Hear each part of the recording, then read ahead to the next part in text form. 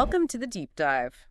Today we're tackling something truly foundational, mass. You might think it's pretty straightforward, right? Yeah, seems simple. But we've got some, well, mind-bending material here from D of Champagne and 01. It's from their ongoing motion theory project. That's right. They're really trying to reimagine physics from the ground up, looking at motion as the key. Exactly. Motion is everything. And for you, our listener, we're going to plunge right into their revolutionary idea about mass, that maybe it's not what we think. They call it mass motion theory style. It's a fundamental shift. Yeah. For centuries, we've treated mass as just, inherent, a basic property.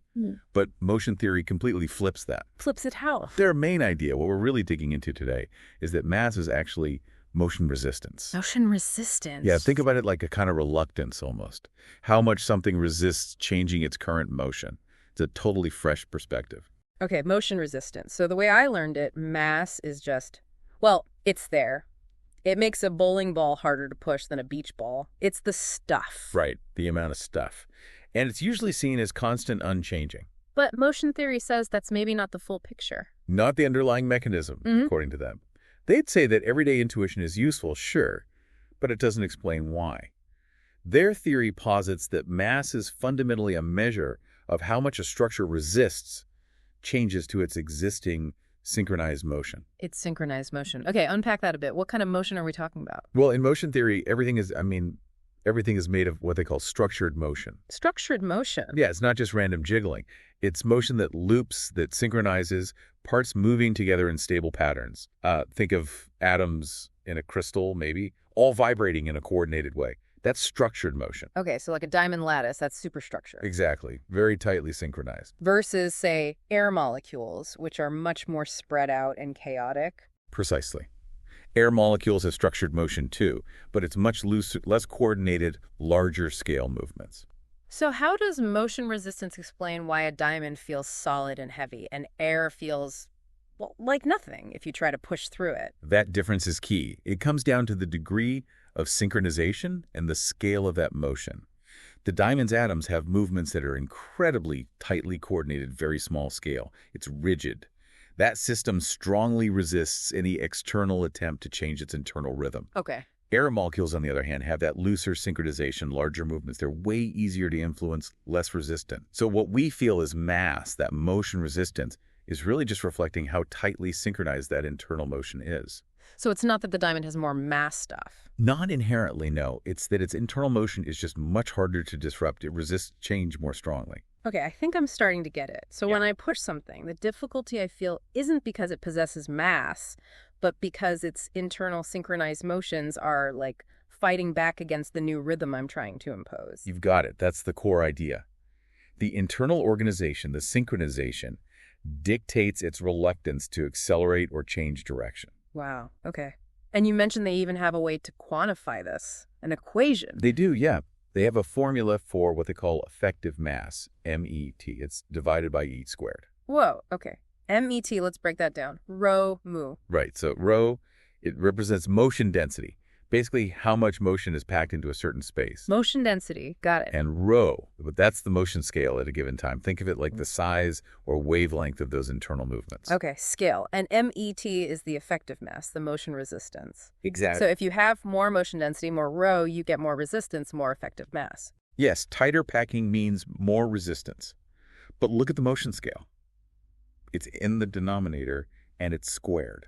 Ah, so if the scale is smaller. Right. Smaller scale, like tighter, quicker internal loops. That actually makes the effective mass, the resistance, go up significantly. Okay, so back to the diamond. Tightly packed atoms, high, vibrating at a very small scale. That leads to high motion resistance, which we feel as high mass. Exactly. And the air. Lower motion density, much larger scale movements, results in very low motion resistance, low effective mass. It all stems from the motion itself. That's pretty elegant, actually. It is. And this whole perspective, it naturally leads them to reinterpret gravity as well. Oh, right. Gravity, the big one. If mass isn't inherent stuff, then what's pulling things together? Or is anything pulling? Well, according to motion theory, no, not really pulling. They replace gravity as a force with structured motion convergence. Structured motion convergence. Yeah, it's the idea that motion naturally tends to synchronize and, well, converge towards regions where there's already higher density and stability of structured motion. So Earth isn't pulling me down with some invisible rope. My own structured motion is just kind of syncing up with Earth's bigger, denser motion pattern. That's the gist of it, yeah. Yeah. Imagine Earth as this huge sphere of incredibly compressed, synchronized atomic motion, a dominant rhythm. When you're near it, your own structure starts to resonate, to synchronize downward towards that dominant pattern. It's like falling into step with a stronger beat. Kind of, yeah. Yeah. It's not a pull. It's more like harmonization, moving towards equilibrium. That's what we experience as falling. And orbits, they see those as stable states of this synchronization, like finding a balanced rhythm around the central body. That is a really different picture of orbiting. What about resisting it, though? Like when I jump, I'm clearly going against that convergence. You are momentarily. When you jump, you're using your muscles to introduce a temporary, different pattern and upward motion into your own structure.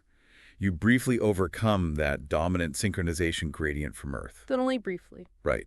As the energy from your jump dissipates, that upward rhythm fades, and your structure naturally falls back into sync with Earth's motion. You return to the ground. Huh. Okay, so let's recap. When we observe an object and say it has mass, what are we really seeing, according to motion theory? We're observing its level of resistance to having its internal structured motion reconfigured or changed. And that resistance depends on A few things we've touched on. How densely its motion is packed. Yeah. How tightly synchronized those internal loops are. How small their scale is. And crucially, how its structure interacts with the motion patterns in its environment. So the classic boulder versus balloon example, it's not about one having intrinsically more mass. Not in the traditional sense. It's about the boulder's internal structured motion being far, far more resistant to reconfiguration by my push than the balloon's loosely structured motion is. Higher motion resistance. More motion resistance, not more mass stuff. Exactly. And this perspective, they argue, helps make sense of some weird stuff in quantum mechanics. Quantum weirdness. Always fun. How does motion resistance connect there? Well, you know how sometimes particles, like electrons, seem to have a different mass depending on their environment, like inside a crystal versus in a vacuum. They call it effective mass. Right, that's always seemed a bit strange. Why would mass change? Exactly. It's puzzling if mass is a fixed inherent property. But if mass is motion resistance, and that resistance depends on how the particle's motion can synchronize with or is constrained by its surroundings. Then it makes sense that the environment would change the resistance. Precisely. The effective mass changing inside a semiconductor or a magnetic field isn't so mysterious anymore. The environment is literally changing the rules for how motion can behave, how it synchronizes, and thus how much it resists external changes. Motion theory provides a logical framework for that. So the particle isn't changing its fundamental stuff. Its motion is just being constrained differently, altering its resistance. That's the idea. It offers a potentially more coherent explanation. This really is a profound shift. The bottom line seems to be, mass isn't a property something has, it's a behavior something exhibits. It's the dynamic resistance of structured motion fighting to maintain its form. That sums it up perfectly. It reframes mass not as a static quantity, but as an active, dynamic characteristic arising from the universe's fundamental constituent motion. Wow. Okay, so for everyone listening, the big takeaway here from motion theory's view is that what we call mass is really the universe's way of saying, I resist changes to my current dance. It's the pushback from synchronized motion. Yeah, the resistance of that structured motion. Yeah. And thinking about that, it makes you wonder, doesn't it? If mass is motion resistance on a physical level, could we draw analogies elsewhere? Like, is the mental effort to learn something new a kind of cognitive motion resistance? Are existing neural pathways resisting a new pattern?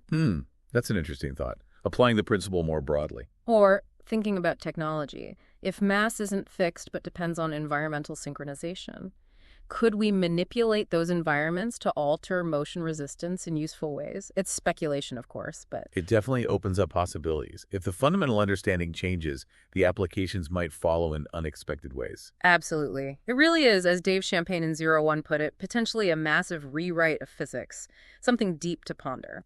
We definitely encourage you to look more into motion theory and think about what this shift from inherent mass to motion resistance might really mean.